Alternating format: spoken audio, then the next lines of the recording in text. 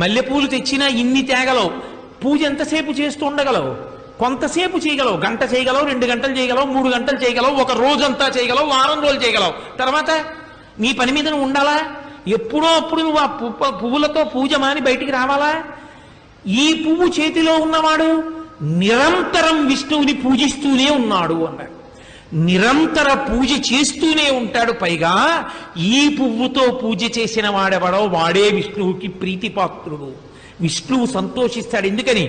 బాహ్య పూజ నుండి ఒక గుణాన్ని పువ్వుగా మార్చి ఈశ్వరుణ్ణి పూజిస్తున్నాడు.